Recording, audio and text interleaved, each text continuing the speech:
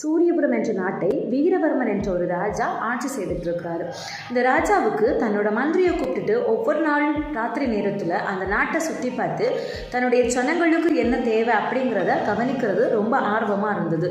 அதுபோலவே ஒரு நாள் மந்திரியை கூட்டிக்கிட்டு நாட்டை சுற்றி பார்க்கும்போது ஒரு வீட்டில் ஒரு கணவனும் மனைவியும் மாறி மாறி பேசிக்கொள்கிறாங்க தங்களுடைய குடும்ப கஷ்டத்தை குறித்து. அப்போது அந்த வீட்டில் அந்த கணவன் மனைவியை பார்த்து சொல்கிறான், கவலைப்படாத, ராஜா ஒரு நாள் கண்டிப்பாக கண் திறப்பார் அப்படின்னு.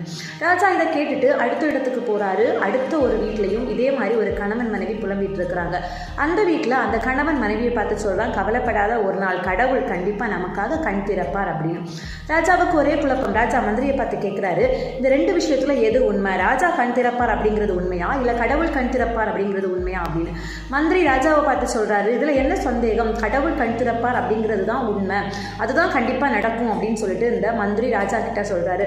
ராஜாவும் தன்னுடைய அரண்மனைக்கு போயிட்டு ஒரு பூசணிக்காவை வாங்கிட்டு வர சொல்றாரு.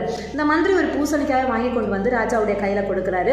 அந்த பூசணிக்காவை உள்ளாடி இருக்கிற எல்லா அந்த சதையுமே எடுத்துட்டு, அதுக்குள்ளா இருக்கிற விதை எல்லாமே எடுத்துட்டு, அந்த பூசணிக்காவுக்குள்ளாடி நிறைய பொற்காசுகளை வச்சு ராஜா மறுபடியும் அதை மூடிடுறாரு. ஒரிஜினல் பூசணிக்காய் மாதிரியே கொண்டு வந்துடுறாரு.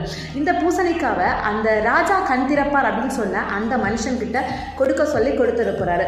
அந்த மனுஷன் அந்த பூசணிக்காயை வாங்கி கொண்டு தன் மனைவிட்ட சொல்கிறான், இவ்வளவு நாள் நாம ராஜா கண் திறப்பார் ராஜா கண் திறப்பார் நம்பிட்டு இருந்தோம், இந்த ராஜாவை பார்த்தியா, அவர் பூசணிக்காயை கொடுத்து அனுப்பி இருக்கிறாருன்னு சொல்லி இந்த பூசணிக்காய் நமக்கு எதுக்கு அப்படின்னு சொல்லி அதை கடையில் கொண்டு விற்று போடுறாங்க.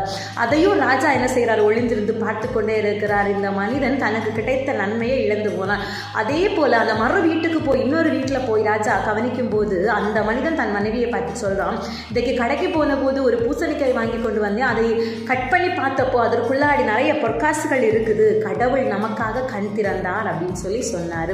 ராஜா இந்த ரெண்டு சம்பவத்திலுமே தெளிவாக புரிந்து கொண்டார். கடவுள் கண் திறப்பார் என்பதுதான் ஒரு மனிதனுடைய வாழ்க்கையை அடுத்த நிலைமைக்கு எடுத்து சொல்லும். கர்த்தருடைய வார்த்தை எரேமியா 17:7 இப்படி சொல்லுது, கர்த்தரை நம்பிக்கையாய் கொண்டிருந்து அவரை மட்டும் நம்புகிற மனுஷன் பாக்கியவான் அப்படின்னு கர்த்தருடைய வார்த்தை சொல்றது உண்மைதாங்க. கர்த்தரை மட்டும் தன்னுடைய வாழ்க்கையின் நன்மையாய் கொண்டு அவரை மட்டும் தன்னுடைய வாழ்க்கையின் அற்புதமாய் அதிசயமாய் எதிர்பார்க்கிற மனுஷன் பாக்கியவான். அவன் தன்னுடைய வாழ்க்கையில எல்லாவற்றையும் சுதந்திரித்துக் கொள்ளுவான். ஆமென்.